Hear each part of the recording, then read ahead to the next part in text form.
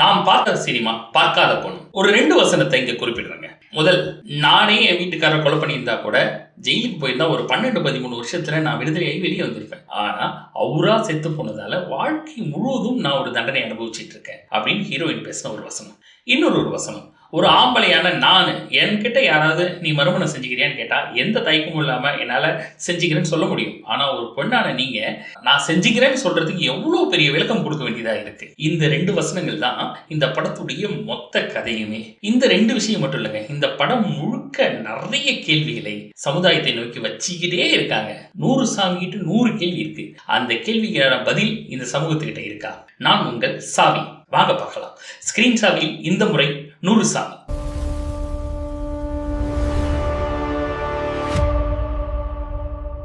100 சாமியுடைய அந்த மெயின் கதைக்குள்ள போறதுக்கு முன்னாடி ஒரு சின்ன முன்கதைக்குள்ள போயிட்டு வந்துடுறோமே. இது வரைக்கும் தமிழ் சினிமா நிறைய விதவை திருமணங்களை ஆதரிச்சிருக்கு, பேசியிருக்கு, அதை பொதுவெளியில் எடுத்துட்டு போய் மக்கள் கிட்ட சேர்த்து இருக்கு. இளம் விதவை திருமணங்கள் இருக்குல்ல, அது எப்பயுமே எல்லாராலையுமே ஆதரிக்கப்பட்டிருக்கு. படிச்சவங்க, படிக்காதவங்க, கிராமங்கள்ல இருக்க பெரியவங்க, முற்போக்குவாதிகள், இவங்க எல்லாருமே இளம் விதவை திருமணங்களுக்கு ஆதரவும் கொடுத்திருக்காங்க.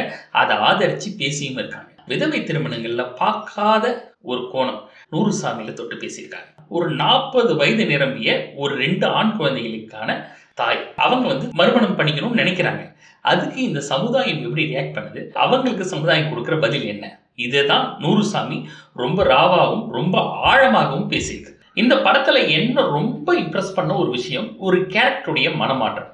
இந்த படத்தோட ஹீரோயின் அவங்களுக்கு 2 பசங்கன்னு நான் சொன்னேன் இல்லையா, அதுல மூத்த பையன் கிட்ட அவன் ஒரு 12வது முடிக்கும் போது இதை இன்னும் போய் வைப்பாங்க, நான் இன்னொரு கல்யாணம் பண்ணிக்கலான்னு இருக்கேன்ப்பா அப்படின்னு சொல்லும்போது அந்த பையன் ரொம்ப வியர்டா பிஹேவ் பண்ணி அவங்க அம்மாவை திட்டி அசிங்கப்படுத்தி ஏதோ ஒரு மனநிலைக்கு போயிடுவான். அதனால அவங்க என்ன பண்ணுவாங்க, பயந்து ஐயோ நம்ம பிள்ளைங்களுக்கு இது பிடிக்காம போயிடுமோன்னு பயந்து அப்ப எடுத்த அந்த முடிவை கைவிட்டுருவாங்க. அதே பையன் ஒரு 4 வருஷம் கழிச்சு காலேஜ் முடிச்சுட்டு வேலைக்கெல்லாம் இப்ப போக ஆரம்பிச்சதுக்கு அப்புறம் அவன் அவங்க அம்மாட்ட கேட்பான், அம்மா நீ ஏன் இன்னொரு கல்யாணம் பண்ணி அப்படின்ட்டு. இந்த மனமாற்றம் இருக்குல்ல, இது ரொம்ப ஆர்கானிக்கா நடந்தது. அதுக்கு அவங்க ஒரு காரணம் சொல்லுவாங்க. ஒரு இடத்துல கேட்பாங்க, இதுக்கு முன்னாடி நீயே எதிர்த்து தானே, ஆனா இப்ப உங்க அம்மாவை நீ கல்யாணம் பண்ணிக்கணும்னு சொல்றதுக்கான என்ன காரணம் அப்படின்னும் போது அந்த பையன் சொல்ற பதில் இருக்குல்ல, அது அந்த பையன் சொல்ற பதில் இல்ல. ஒரு சமுதாயத்துல இந்த காலத்து இளைஞனா தன்னோட அம்மாவை வேற விதமா பாக்குற ஒரு ஆணுடைய மனநிலையா நான் பாக்குறேன். அந்த பையனுடைய கேரக்டர் மூலியமா இந்த காலத்து குழந்தைகளோட மனநிலையை ரொம்ப அழகா படம் பிடிச்சு காட்டியிருப்பாங்க. அந்த பையன் சொல்லுவான், அம்மாவுக்கு கல்யாணம் வேணான்னு நினைச்ச அந்த இடத்துல இருந்து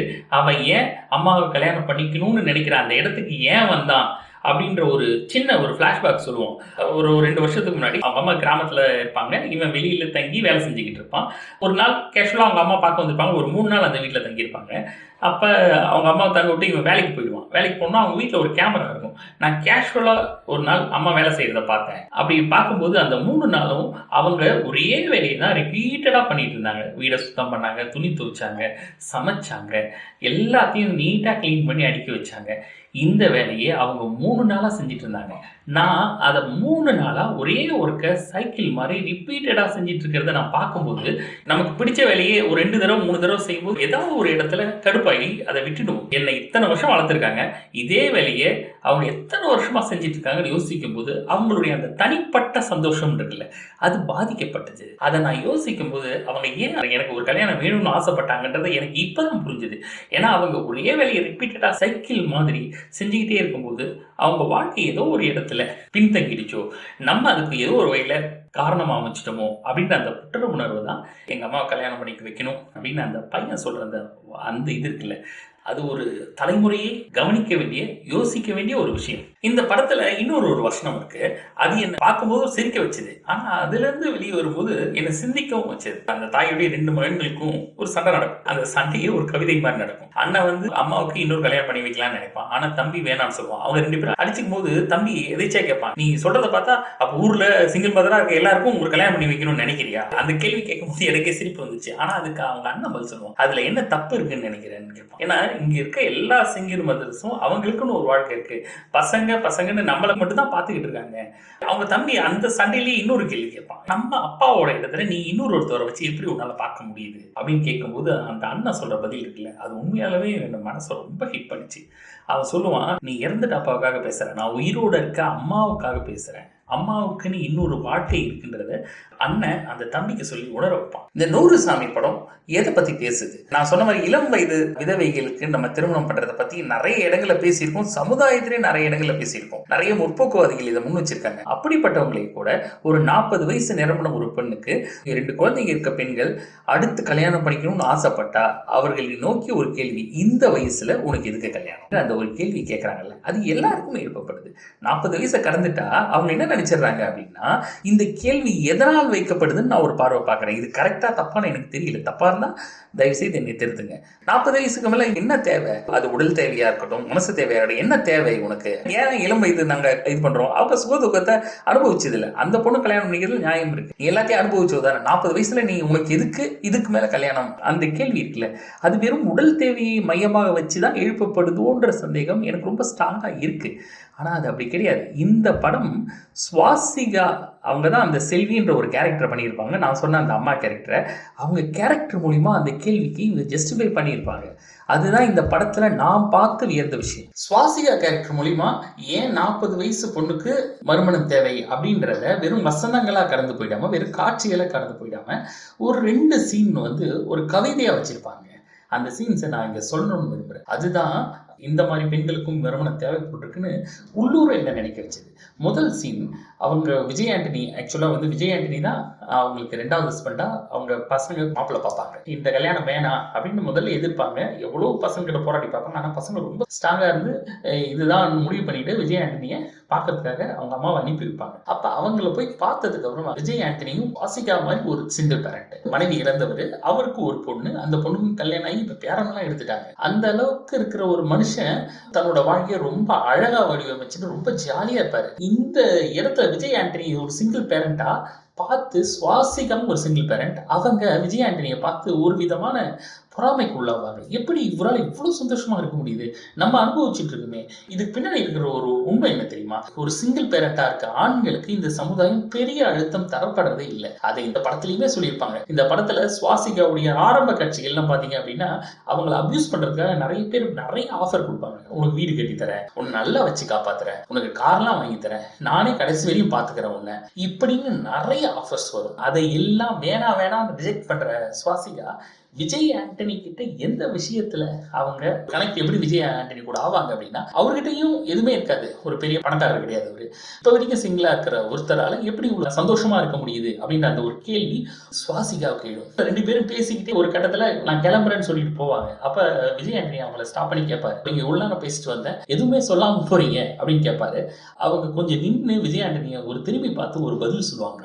என்ன சொல்லுவாங்க அப்படின்னா, எனக்கு உங்களை பார்த்த அப்புறம் உங்களை மாதிரியே இருக்கணும் போல ஆசையா இருக்கு அப்படின்னு சொல்லுவாங்க. இது ஒன்றும் ஒரு பெரிய வசனம்லாம் கிடையாது, ஒரு சின்ன வசனம். ஆனால் இந்த வசனத்துக்கு பின்னாடி இருக்கிற அந்த ஒரு வழி இருக்குல்ல, அதை தான் நான் இங்கே உணர்த்தணும்னு நினைக்கிறேன். அவங்க சின்ன வயசுலேருந்து இப்போ வரைக்கும் சிங்கிள் மாதிரி தான் எவ்வளோ கஷ்டப்படுறாங்க, அந்த வழிகளை கடந்து வராங்க. அவங்களுக்கு நம்மளை மாதிரி இருக்கிற ஒரு பர்சன், இவருக்கு கிடைக்கிற அந்த சுதந்திரம் நமக்கு கிடைக்கவே இல்லையேன்னு ஒரு ஏக்கம் இருக்கும். அந்த ஏக்கம் தான் அந்த பதிலில் தெரியும். நான் உங்களை பார்க்கணும்னு எனக்கும் உங்களை மாதிரி இருக்கணும் ஆசையாக இருக்கு அப்படின்னு சொல்லுவாங்கல்ல, பெரிய உளவியல் உண்மைங்க. நீங்க அதை சார்ந்து பார்க்கணும். ஒரு பெண்ணுடைய மனசுல இருந்து, ஒரு பெண்ணுடைய இடத்துல இருந்து பார்க்கணும். அப்பதான் அவங்க நம்புவாங்க. இவ்வளவு ஜாலியா இருக்க ஒரு பர்சன் கூட நம்ம வாழ்க்கையை பகிர்ந்துக்கும் போது நம்மளும் இந்த மாதிரி ஒரு கவலையை மறந்த ஒரு சந்தோஷமா இவர் கூட சேர்ந்தா நம்ம நிச்சயமா நல்லா இருப்போன்ற ஒரு நம்பிக்கை அவங்களுக்கு அந்த இடத்துல தான் வரும். இது ஒரு சீன். இதுக்கப்புறம் அவங்க விஜய் ஆண்டனி தான் அப்படின்னு கன்ஃபார்ம் பண்ணி அவங்களுக்கும் மனசுக்கு ரொம்ப பிடிச்சு போயிடும். பசங்களும் ஓகே சொல்லிடுவாங்க. அதுக்கப்புறம் ஒரு சிரிப்பும் ஒரு வெக்கமும் சுவாசிகாவுல வரும். அதை எப்படி நான் சொல்றது அப்படின்னா, நல்லா புரிஞ்சுக்கங்க. அந்த படம் ஃபுல்லாவே இருப்பாங்க, அவங்க மேக்கப்போடு தான் இருப்பாங்க. அது வரைக்கும் அவங்க அழகா தெரிய மாட்டாங்க. விஜய் ஆண்டனி பார்த்து அவங்களுக்கு மனசுக்கு பிடிச்ச போய் இவர் தான் நமக்கு லைஃப் பார்ட்னரா வரப்போறான்னு தெரிஞ்சப்பறம் ஒரு பொண்ணுக்கு வர்ற அந்த மகிழ்ச்சியும் வெக்கத்தையும் அவங்க அழகா எக்ஸ்பிரஸ் பண்ணியிருப்பாங்க. அந்த வெக்கத்துக்கு பின்னாடி ஒரு விஷயம் இருக்குங்க. அந்த வெக்கம் எதனால வந்ததுன்னு நினைக்கிறீங்க? அது முழுக்க உடல் சார்ந்த தேவையை பூர்த்தி ஆக போகுதுன்னு வர்றத வெக்கம் நினைக்கிறீங்களா? அப்படி நினைச்சீங்கன்னா அது நிச்சயமா தப்பு. ஒரு 40 வயசுக்கு மேல தன்னோட திணையை தேடுறவங்களுக்கு என்ன தேவை இருக்கும்ன்ற அந்த ஒரு விஷயம் இருக்குல்ல. நீங்க பிள்ளைங்களா இருந்து யோசிச்சு பாருங்களேன். உங்க அம்மாவுக்கு நீங்க பெரிய மாடி வீடு கட்டி தரலாம், பஞ்சுமத்தை உருவாக்கலாம், அவங்கள ரொம்ப சந்தோஷமா மகாராணி மாதிரி தட்டுல வச்சு தாங்கலாம். ஆனா அது எல்லாமே ஒரு அம்மாவை பெருமிதப்படுத்தும். அதாவது இந்த திருக்குறள் சொல்லுவாங்கல்ல, ஈன்ற பொழுதிலும் பெரிதுவக்கும் தன் மகனை சான்றோன் என கேட்ட தாய். அது தாயோடைய பெருமிதம், தாயோட பெருமை. அது மகிழ்ச்சி கிடையாதுன்றதை புரிஞ்சுக்கணும். பெருமிதத்துக்கும் மகிழ்ச்சிக்கும் நூலர் வித்தியாசம் இருக்கு. நீங்க உங்க அம்மாவை நல்லா பார்த்துக்கிட்டீங்கன்னா, ஐயோ நம்ம பிள்ளை இவ்வளவு நல்லா கவனிச்சுக்கிறானேன்னு உங்களை நினைத்து பெருமிதப்படுவார்கள், மனசுக்குள்ள சந்தோஷப்பட மாட்டாங்க. ஒரு சிங்கிள் மதருக்கு தன்னோட துணை கிடைக்கும் போது வர சந்தோஷம் இருக்குல்ல. நீங்க இந்த படத்துல சுவாசிகாவுக்கு விஜயாண்டி கூட சேர்ந்த அப்புறம் ஒரு பாட்டு இருக்கு, அதை நீங்க நல்லா கவனிங்க. அது வரைக்கும் அந்த படம் முழுக்க இருந்த சுவாசிகாவும் விஜயாண்டியை சந்திச்சதுக்கு அப்புறம் இருக்கிற சுவாசிகாவும் இருக்க வித்தியாசத்தை அந்த ஒரு பாட்டுல ரொம்ப அழகா காட்சிப்படுத்தியிருப்பாங்க.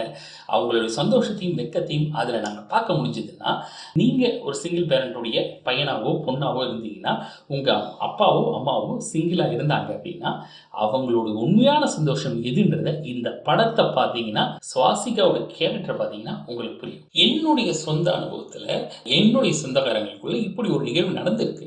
எனக்கு பெரியப்பா முறையும் எனக்கு பெரியம்மா முறையும் வர்ற 2 பேர், ஒருத்தர் மனைவியும் ஒருத்தவங்கள கணவனும் இழந்தவங்க 50 வயசுக்கு மேல கல்யாணம் பண்ணியிருக்காங்க. அதை நான் பார்த்து பெருமைப்பட்டிருக்கேன். நல்லா புரிஞ்சுங்க, 50 வயசுக்கு மேல கல்யாணம் பண்றதுக்கான அவசியம் என்னவா இருந்திருக்கும் நீங்க கொஞ்சம் யோசிங்களேன். உடல் தேவைன்னு மட்டும் நினைக்கிறீங்களா? நிச்சயமா கிடையாது, நிச்சயமா கிடையாது. வலிக்கும் போது என்ன, ஏன், எங்க வலிக்குது, மருந்து போட்டு விடுவான்னு கேட்கறதுக்கும், நீங்க வெளியே போயிட்டு வந்தீங்கன்னா தண்ணி கொடுக்கட்டுமான்னு கேட்கறதுக்கும், நீங்க அழும்போது தோல் கொடுக்கறதுக்கும் ஒரு துணை நமக்கு எப்பயுமே தேவைங்க. அது எந்த வயசுலையுமே தேவை. உங்களுக்கு ஒரு விஷயம் தெரியுமா, நம்மளுடைய இளமை காதல் எல்லாருக்குமே கிடைக்கும், இளம் வயதுல இருக்க எல்லாருக்கும் கிடைக்கும். ஆனா முதுமை காதல் எல்லாருக்கும் கிடைக்குமா அப்படின்னா, அந்த கொடுப்பனை நிறைய பேருக்கு கிடைக்கிறது இல்லை. அதுக்கு என்ன காரணம்? கணவன் சீக்கிரமாவோ இல்ல மனைவி சீக்கிரமாவோ பிரிஞ்சுட்டா அவங்களுக்கு அந்த மீதி காலத்தை தள்ளுறது இருக்குல்ல. உண்மையாலுமே சொல்றேன், உலகத்துல ரொம்ப கொடுமையான விஷயம். அந்த முதுமை காதலை உங்களோட பகிர்ந்துக்கவும், முதுமையில உங்களுக்கு தோள் கொடுக்கவும் நிச்சயமா ஒரு துணை தேவைன்ற விஷயத்தை தான் நூறுசாமி ரொம்ப ராவா இறங்கி பேசியிருக்கு. நூறுசாமி இது வரைக்கும் யாரும் சொல்லாத கதையை சொல்லியிருக்கா அப்படின்னா கிடையாது. எல்லாருமே சொன்ன கதை தான்.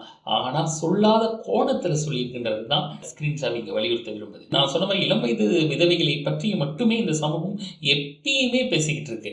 ஆனா ஒரு மத்தியம வயதுக்காரர்கள் ஒரு 30, 36 வயசுல இல்ல ஒரு 39 வயதுல கணவனை இழக்கிறவங்க இல்ல கணவனை விட்டு பிரிகிறவங்க இவங்களாம் இருக்காங்கல்ல, அவங்களை பற்றி ஒருபோதும் யாரும் பேசினதும் இல்லை, அதை பற்றி சிந்திச்சது கூட கிடையாது.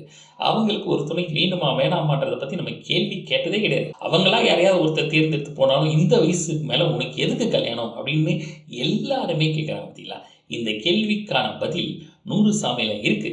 நீங்க போய் பாருங்க. நூறுசாமி ஒரு உண்மை கதை. இது என்ன ரொம்ப வியக்க வச்சுது. நான் கூட இது வெறும் கற்பனையா எழுதப்பட்ட கதையா இருந்தா கூட இது ஜஸ்ட் லைக் தட் கடந்து போயிருப்பேன். ஆனா இது உண்மை. ஏழுமலை செல்வி என்ற 2 பேர் கள்ளக்குறிச்சி மாவட்டத்துல அவங்க மகன்களால் திருமணம் செய்து வைக்கப்பட்டவங்க. அவங்களோட உண்மை கதையை கொஞ்சம் சினிமாக்காக மாத்தி ரொம்ப அழகா பிரசன்ட் பண்ணியிருக்கு இந்த டீம். சசி சாருடைய அந்த நோக்கம் இருக்குல்ல, துணைன்றது எந்த வயசுலயும் தேவை, அதுதான் இதோட நோக்கம். முக்கியமா பெண்களுக்கு. ஆண்கள் தனியா இருக்கும்போது அவங்க மேல எந்தவித அழுத்தத்தையும் எந்த ஒரு கட்டாயத்தையும் திணிக்கல. ஆனா பெண்கள் மீது திணிக்கப்படுறது. அதனால நிச்சயமா எல்லாருக்கும் இந்த வயசுல ஒரு துணை தேவைன்றது ரொம்ப அழகா இந்த டீம் பேசியிருக்கு. அந்த டீமுக்கு என்னுடைய வாழ்த்துக்கள். இந்த மாதிரி தொடர்ந்து புதிய விஷயங்களையும் புதிய படங்களையும் புதிய கோணங்களில் அலச காத்திருக்கும் ஸ்கிரீன் சாவி. நான் உங்கள் சாவி. இந்த சேனலை லைக் பண்ணி சப்ஸ்கிரைப் பண்ணி கமெண்ட் பண்ணுங்க. முடிஞ்சா உங்க ஃப்ரெண்ட்ஸ்க்கு ஷேர் பண்ணுங்க.